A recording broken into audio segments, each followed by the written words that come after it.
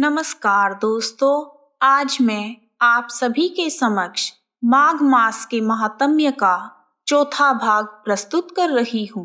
आइए शुरू करते हैं। बोलो बांके बिहारी लाल की जय।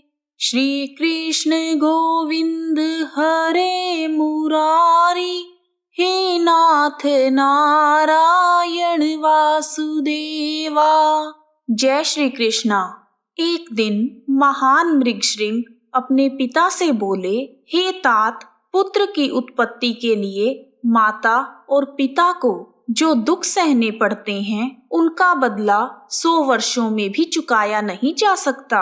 अतः पुत्र को माता, पिता तथा गुरु का सदैव आदर करना चाहिए।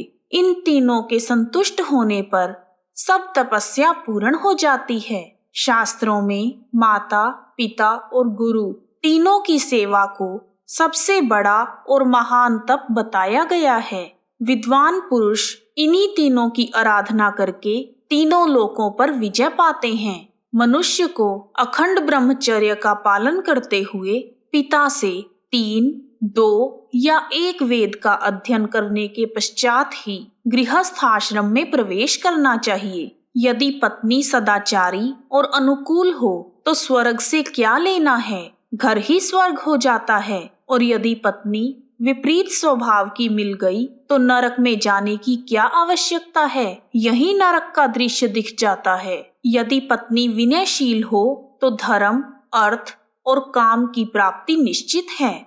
जो गृह कार्य में चतुर, संतानवती, पतिव्रता, प्रिय वचन बोलने वाली और पति का सम्मान करने वाली है, ऐसी उत्तम गुणों से युक्त नारी साक्षात लक्ष्मी है। इसलिए अपने समान वर्ण की उत्तम लक्षणों वाली भार्या से ही विवाह करना चाहिए। उत्तम लक्षणों और अच्छे आचरण वाली कन्या अपने पति की आयु बढ़ाती है।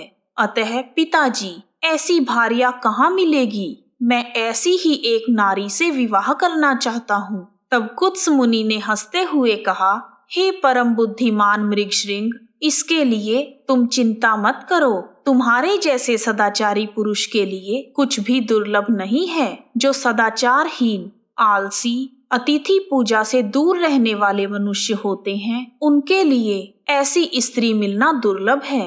बेटा, प्रातः काल स्नान करने पर माघ का महीना विद्या, निर्मल कीर्ति, आरोग्य, आयु, अक्षय धन, समस्त पापों से मुक्ति तथा इंद्रलोक प्रदान करता है। और तुमने तो 3 वर्षों तक माघ स्नान किया है।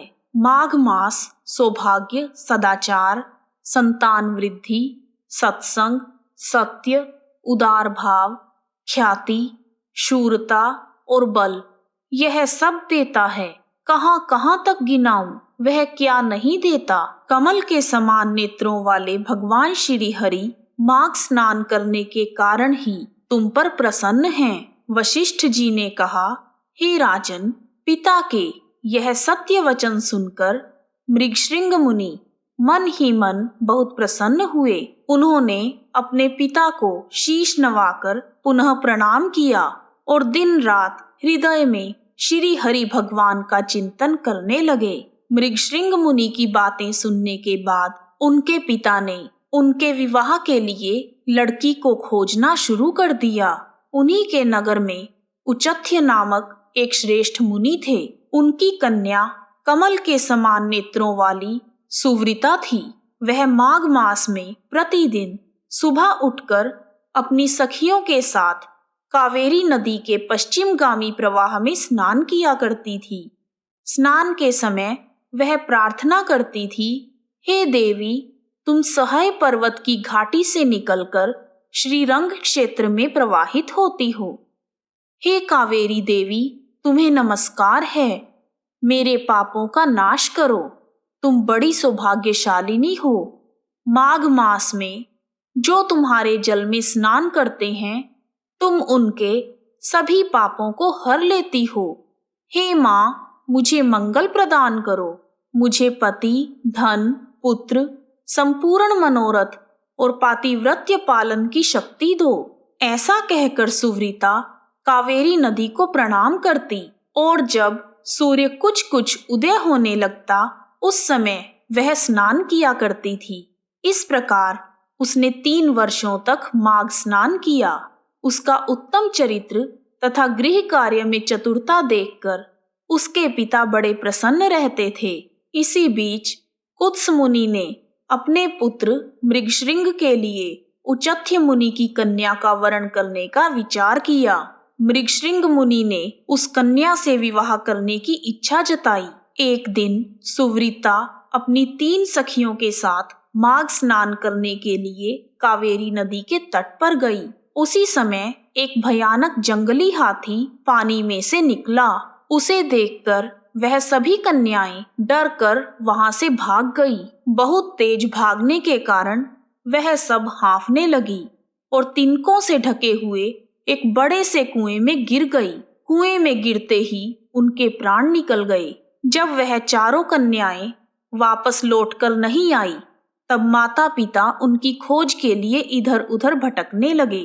तभी उन्हें एक गहरा कुआं दिखाई दिया, जो तिनकों से ढका होने के कारण नजर नहीं आता था। उन्होंने देखा कि वह चारों कन्याएं कुएं के भीतर निर्जीव होकर पड़ी हैं। उनकी माताएं कन्याओं के पास गई और शोक करने लगी।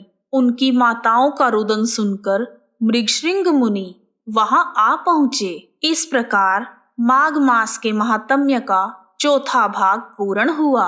बोलो बांके बिहारी लाल की जय। आप सभी का हार्दिक धन्यवाद। माघ मास के स्नान के पिछले 3 भागों का लिंक डिस्क्रिप्शन बॉक्स में दिया गया है। हरे रामा राम राम हरे हरे, हरे कृष्णा कृष्णा कृष्णा हरे हरे। जय श्री कृष्णा। जय माता दी।